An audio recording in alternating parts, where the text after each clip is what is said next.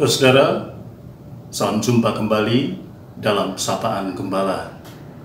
Mari kita berdoa. Kami bersyukur Engkau mempertemukan kami melalui media ini.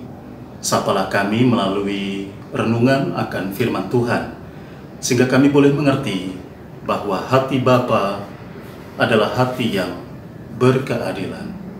Dalam Kristus Yesus kami berdoa. Amin.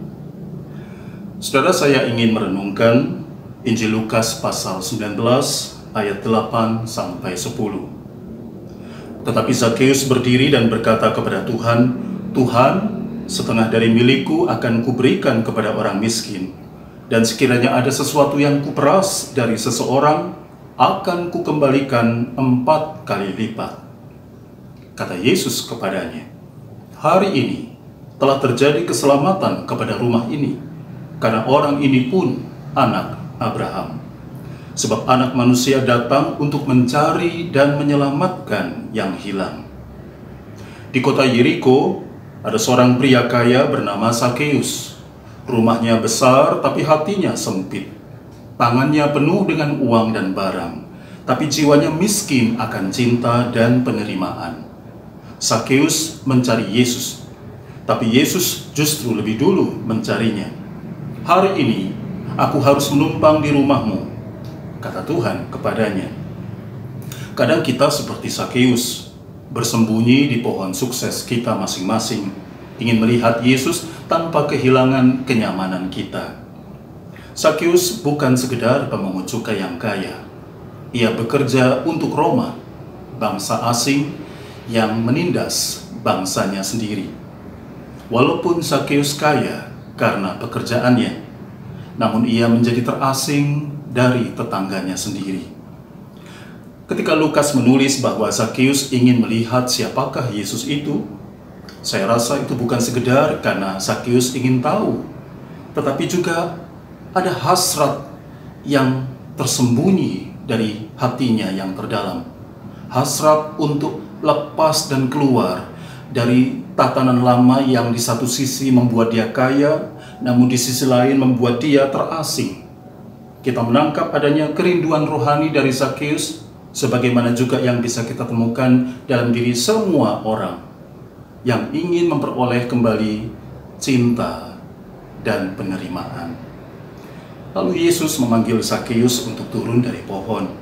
Ia ingin makan di rumah si pemungut cukai itu, rumah dengan catatan utang piutang, luka sosial, dan dengan praktek ekonomi yang merampas. Dan ketika Yesus masuk, ia tidak menghukum, sebab Anak Manusia datang untuk mencari dan menyelamatkan yang hilang. Ia mengubah rumah penimbunan menjadi rumah perjamuan. Banyak orang berpikir bahwa Tuhan cuma bicara soal dosa pribadi. Tapi Anda lihat apa yang terjadi. Setelah Yesus datang, bukan hanya hati Zakheus yang berubah, praksis ekonominya pun juga berubah.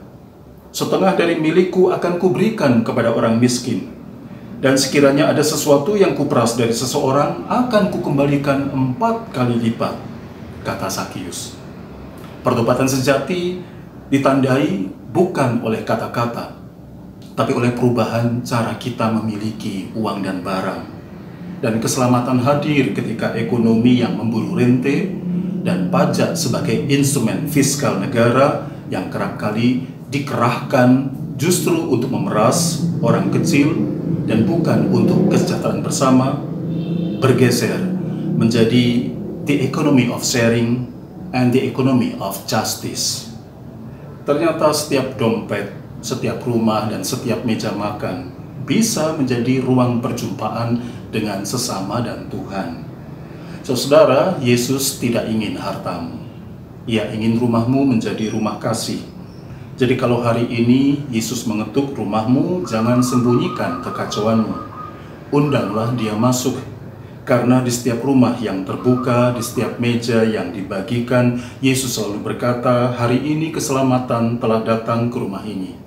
Keselamatan rupa-rupanya tidak datang dari tempat yang jauh, dari atas misalnya, tapi lahir di meja perjamuan, simbol dari ekonomi anugerah.